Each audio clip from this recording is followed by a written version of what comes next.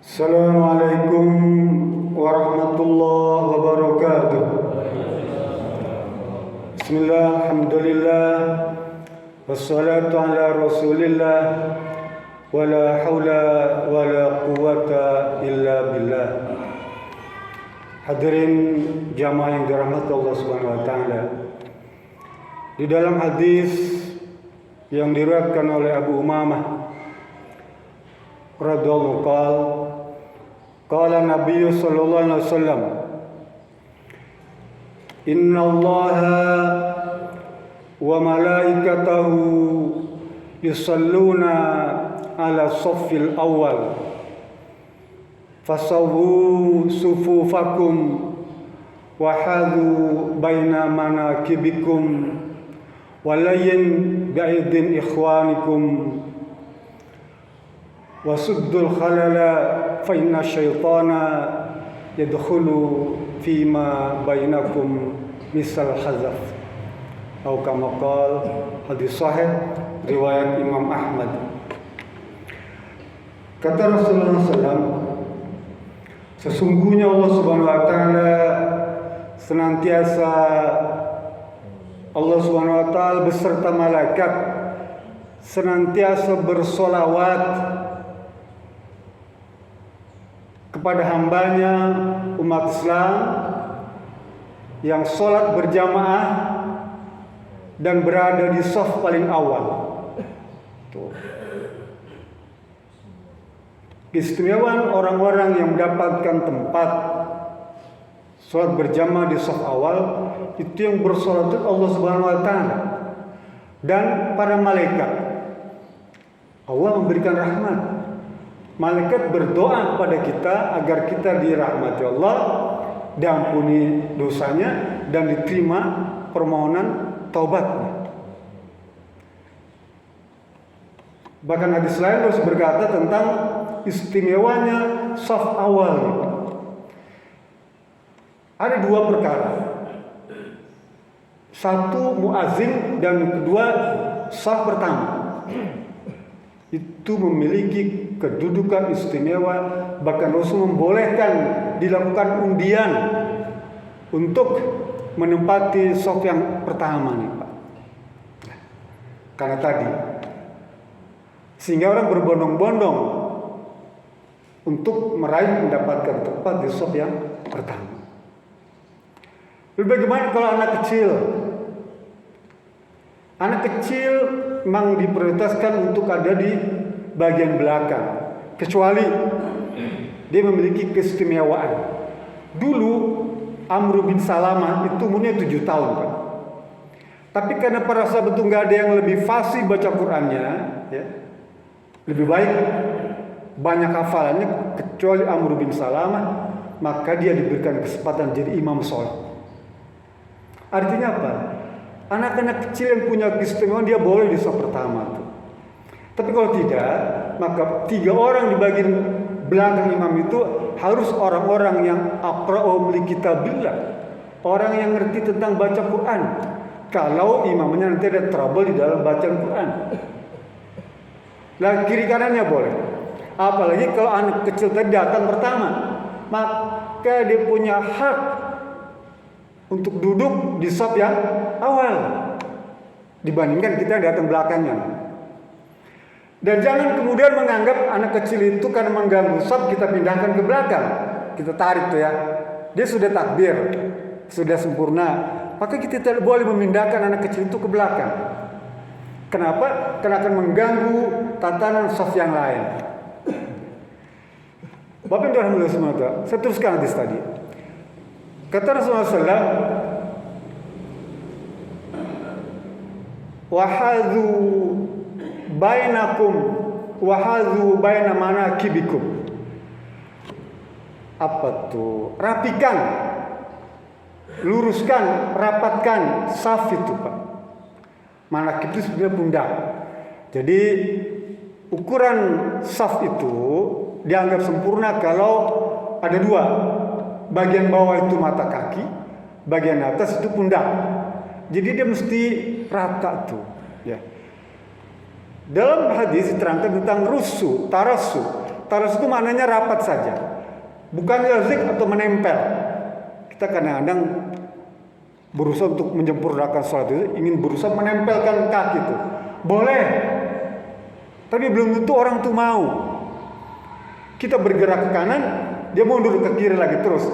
Kita maju dekat lagi, dia menjauh lagi. Kan sering tuh ya. Kalau kita pengen kaki kita merapatkan sebelah itu, dia berusaha menghindar terus. Maknanya apa? Dia tidak senang, ya, dengan cara itu. Oleh karena itu, kata para ulama, tidak harus ditempelkan, tapi cukup dirapatkan. Rapat saja tuh ya. Ada ukuran, asal tidak melebihi ukuran seekor anak domba lah, bisa lewat itu ya, ukuran itu. Ya, ini salah hazab tuh ukuran anak domba. Jadi hazu baina manakibikum tuh, safnya diluruskan dan rapatkan safnya tuh. Di kita sudah enak, ada garis sutra kan. Dulu zaman Nabi nggak ada, pasir tanah tuh. Dia terpaksa di zaman Utsman bin Affan ada petugas yang khusus merapikan saf. Dia garis tuh dari ujung ke ujung tuh kan. Terus ada yang meriksa, udah beres dia laporan, imam selesai, nah baru takbir. Di kita sudah enak ya. Sekarang pun di Mekah, di Masjidil Haram sudah ada keramik yang ada garisnya, membantu semua. Jadi tinggal merapatkan saja. Merapatkan tidak berapa-repot. Kalau yang sebelahnya tidak mau diajak rapat ya sudah. Kata para ulama jangan dipaksakan. Dia tidak mau merapat. Ya. Ada implikasinya apa? Kalau kita tidak mau merapatkan saf, Rasul bilang, "Fala tahtalifu illa lahtalafa qalbu."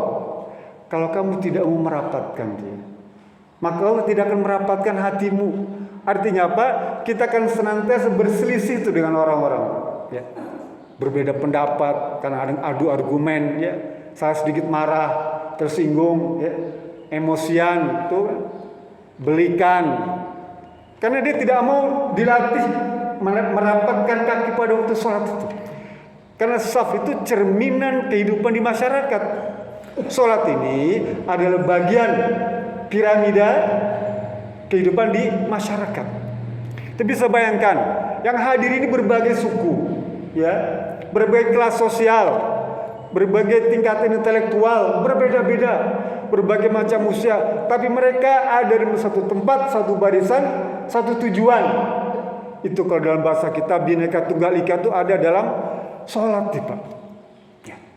Lalu Rasul teruskan, walayinu bi aidiyah ikhwanukum, dan lembutkan hati kalian tuh. Kalau kita ditarik suruh merapat, ada teman kita sebelah tuh, kita safnya kurang rapat, lalu dia minta, Pak geser sedikit Pak. Kita harus berbesar hati tuh Pak. Lain tuh maknanya berbesar hati, ya. Menerima ajakan tuh. Jangan kita nggak mau. Ya. Kita berbesar hati. Ada orang yang mengajak kita untuk merapatkan saf. Ya. Karena istimewanya saf di dalam sholat itu. Karena kalau kita renggang, maka setan akan mengisi saf yang kosong itu. Ya. Bukan berarti kemudian setan itu berwujud setan, tapi disitulah ada kelemahan, ada kekurangan, mengurangi pahala, mengurangi kesempurnaan sholat, karena ada celah. Ya. Bagaimana kalau misalnya orang itu sholatnya tidak berdiri, menggunakan kursi? Para sahabat sudah mempersiapkan itu, Pak. Jadi tadi batas kesamaan lurus saf itu bahu dan mata kaki. Oleh karena itu kalau kita menggunakan kursi, maka kursi itu taruh di agak ke belakang sedikit, ya, ke belakang. Karena disunahkan untuk takbiratul ihram itu harus berdiri, Pak. Ya. Sekalipun kita misalnya sakit, Pak. Takbiratul ihram yang pertama itu dia harus berdiri. Ada menyebutkan wajib. Loh, nggak kuat. Dari rumah berangkat ke masjid dia kuat berjalan. Masa dia berdiri sebentar nggak bisa? Dia berdiri dan rata safnya tuh, ya, dengan saf yang lain tuh. Kursi ada di belakang. Jika memungkinkan pada waktu sujud boleh ditarik kursi itu ke depan. Kalau memungkinkan. Kalau tidak memungkinkan digeser sedikit boleh. Cari kursi yang kecil boleh, ya. Jadi pada waktu rukuk dan sujud, kursi belakang itu boleh kita tarik ke depan agar tidak mengganggu yang di belakang. Ini semua ada tuntunan Rasulullah agar saf itu kelihatan rapi. Bagaimana kalau misalnya makmum itu ada di luar masjid? Boleh, selama masih mendengar suara imam, ya, dan nampak kelihatan, maka dibolehkan. Atau masih dalam area masjid, orang boleh sholat di situ sebagai makmum. Tapi kalau di luar masjid, misalnya rumah, ya, atau terhalang dinding, maka itu ada perbedaan pendapat. Ya. Ada yang membolehkan, ada yang tidak. Tapi setidaknya ambil pertengahan dia makruh. Contoh dulu Aisyah radhiyallahu anha memberikan pesan kepada istri-istri Nabi. Karena rumah Nabi Muhammad itu semuanya di pinggir masjid. Nah mereka menganggap sholat di rumah itu sama dengan berjamaah di masjid. Kata Aisyah tidak. Ya. Kamu sholat di rumah itu sholat sendiri, tidak dan sebagai berjamaah. Ya. Contoh misalnya rumah kita di sebelah nih, karena dekat dengan masjid, sholatnya dari rumah saja. Atau dari televisi, ya. Nonton televisi, sholat kita makmum dari rumah. Atau dari speaker, ya. Itu tidak dianggap berjamaah karena mufarraqah, terpisah, terhalang oleh benteng atau tembok, ya, yang tidak tembus. Tapi kalau misalnya sholat di GSA, kemudian di sini ada yang di Selasar itu ada yang sholat, kelihatan dari GSA itu, maka itu disah. Ada kelihatan makmum yang kelihatan, ya, nampak kelihatan. Tapi kalau tidak, maka itu ada beberapa pendapat.